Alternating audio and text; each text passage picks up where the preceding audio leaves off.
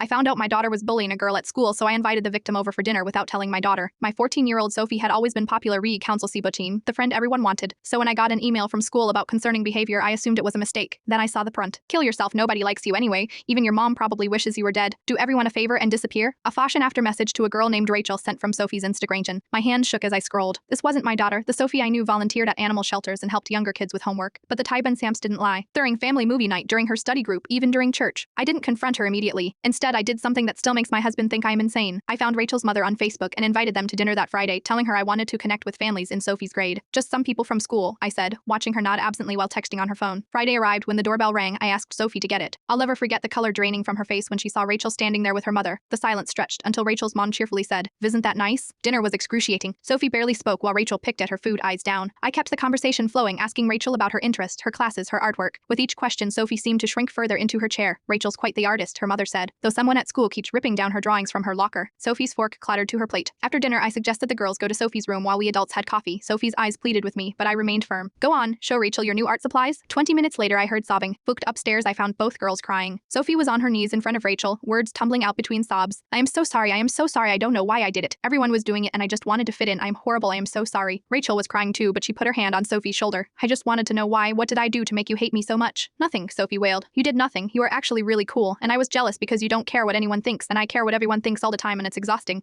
And I took it out on you, and I am the worst person alive. They talked for 3 hours, Pop's ears, talked about pressure, insecurity, the cruel economy of teenage social hierarchy. Sophie showed Rachel the hate messages she herself had received from older girls, a cycle of hurt passed down like a toxic inheritance. The next week, Sophie did something that shocked everyone. She posted a public apology on Instagram and detailing her bullying and taking full responsibility. She lost most of her friend group, her social standing crumbled, but she gained something else. Rachel and Sophie are friends now, real friends. They make art together, support each other through the remains of high school hell. Sophie volunteers as a peer counselor, sharing her story with other bullies trying to break the cycle. Last month, Rachel's mom texted me, "Thank you for the strangest, most important dinner party we've ever attended." I still question my methods, but sometimes the only way to shatter a mirror is to force someone to really look at their reflection. Sophie saw herself through Rachel's eyes that night, and it changed everything.